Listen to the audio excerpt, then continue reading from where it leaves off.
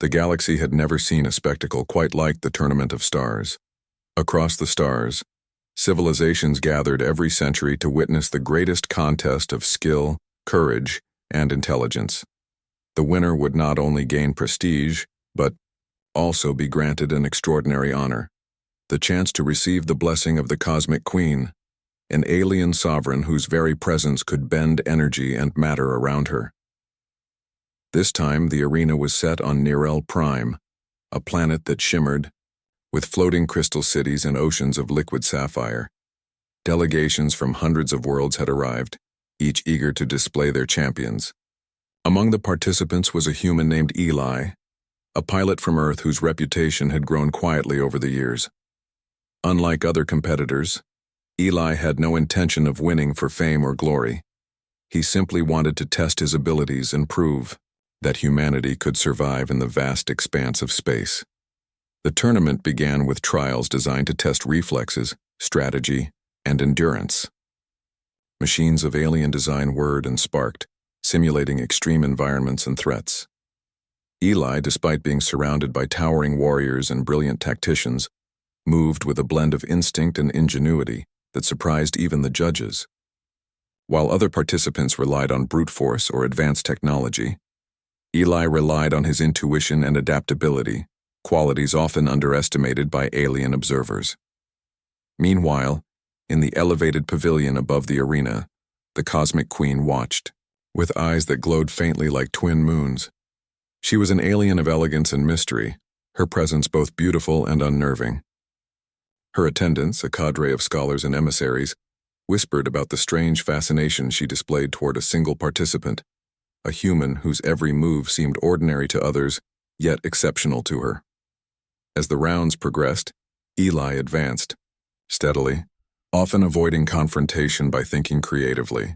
He navigated obstacles that would have trapped others, solved puzzles that had stumped even the most brilliant minds, and demonstrated courage that bordered on recklessness.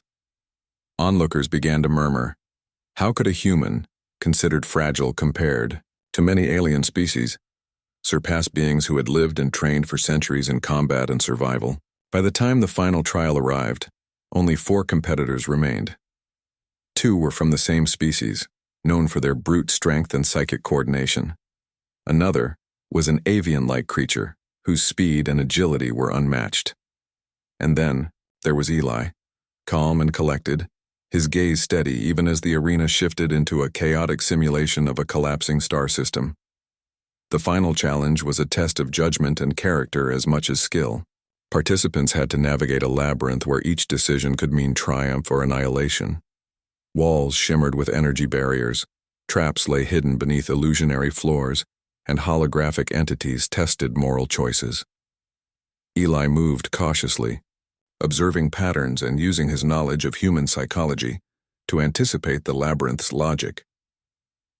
By the time the others were cornered or forced into dangerous gambits, Eli reached the center, a platform illuminated by pure energy. There, the Cosmic Queen descended from her pavilion, her presence folding space as she moved. She regarded each finalist carefully, then paused before Eli. A hush fell over the entire arena. The alien woman, sovereign of countless worlds, reached out and placed a luminous token in his hand, a prize that signified her choice. She had chosen the human, and no one, not even the judges, could say why. The crowd erupted in disbelief and awe. Whispers rippled through every corner of Nirel Prime. Humans had never won such a contest before, and many wondered if this was a trick or an anomaly. Yet the Queen's decision was final.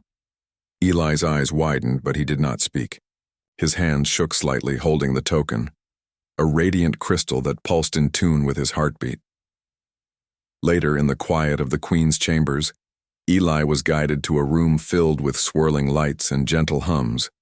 The Cosmic Queen, her form, shifting between human-like grace and alien radiance, addressed him. "Many will ask why I chose you," she said, her voice a melody that resonated in both mind and body. "Few will understand. That is not for them.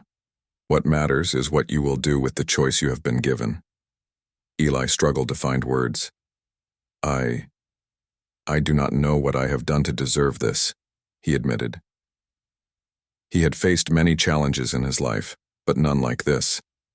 He had never sought attention, nor had he imagined an alien sovereign would select him for something so profound.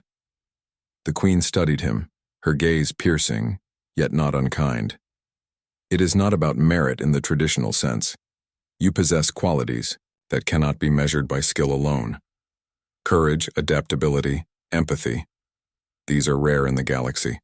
Many will never recognize them, but I have." Days turned into weeks as Eli remained on Neril Prime, learning from the Queen and observing the ways of her people. He discovered that the alien civilization valued harmony with technology, a blending of thought and machine that created living cities and sentient starships. Eli's human perspective offered insights that surprised even the most advanced minds. Where the aliens saw complexity, he saw simplicity. Where they hesitated over precision, he acted with instinctive clarity. Slowly, he began to understand why the Queen had chosen him, not for victory but for perspective, for humanity. His interactions with the Queen deepened. She shared her history, a lineage of rulers who had guided civilizations and preserved balance across the galaxy. She spoke of challenges, of wars averted, and alliances forged. And throughout it all, Eli listened, contributing ideas and strategies that were uniquely human. His presence seemed to rejuvenate her court, inspiring thought and cooperation in ways the aliens had not experienced in centuries. Word of Eli's selection spread beyond Neril Prime, reaching distant stars.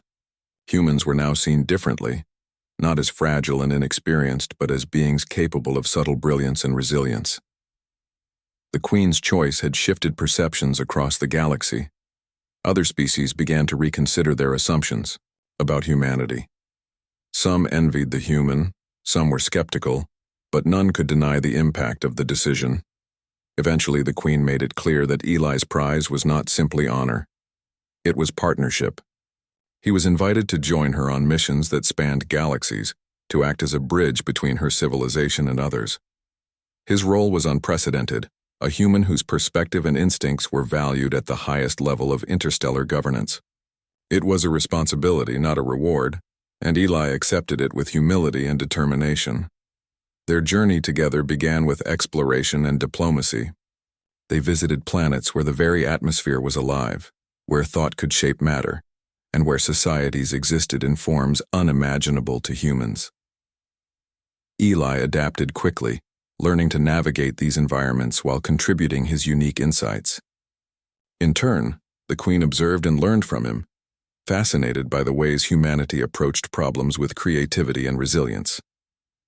One mission brought them to a star system threatened by a rogue intelligence, a vast network of machines that consumed planets and civilizations indiscriminately.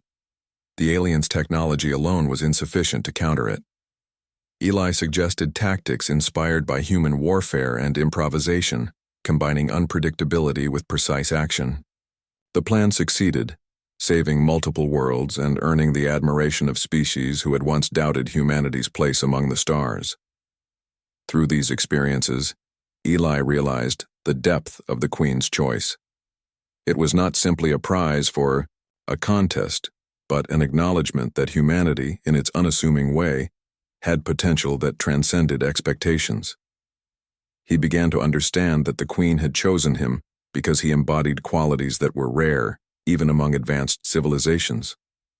Humanity's adaptability, creativity, and moral intuition could tip the scales in ways brute strength or superior technology could not. Despite the admiration and recognition, Eli remained grounded. He remembered Earth, its smallness and fragility, and he never let pride cloud his actions. The Queen appreciated this humility, recognizing that it was part of what made him extraordinary. Together, they traveled from system to system, mediating conflicts, preventing disasters, and exploring the unknown. Years passed, and Eli became a symbol of humanity's potential. Aliens who had once dismissed humans began to seek collaboration, inspired by the example set by one human, chosen by a mysterious and powerful alien woman. Scholars wrote about him, Children dreamed of following in his footsteps, and his presence altered the course of interstellar history. Still, the Queen never explained fully why she had chosen him. Sometimes when Eli asked, she would smile enigmatically and say, "Some truths are revealed through action, not explanation." And in a way, Eli understood. The choice was not about recognition or reward. It was about trust, about seeing value where others saw weakness, and about shaping the future through the unexpected contributions of a human being. In the end, the galaxy had learned a quiet, profound lesson. Greatness is not always measured by power or technology, but by courage, insight, and the willingness to act when others hesitate. The alien woman's choice of a human as her prize remained a mystery to many, but its impact resonated across worlds, changing perceptions, alliances, and the course of history itself. Eli stood beside the Queen on the observation deck of her flagship, watching the stars stretch infinitely. He no longer felt like a mere human among aliens. He felt like a bridge, a testament to the potential of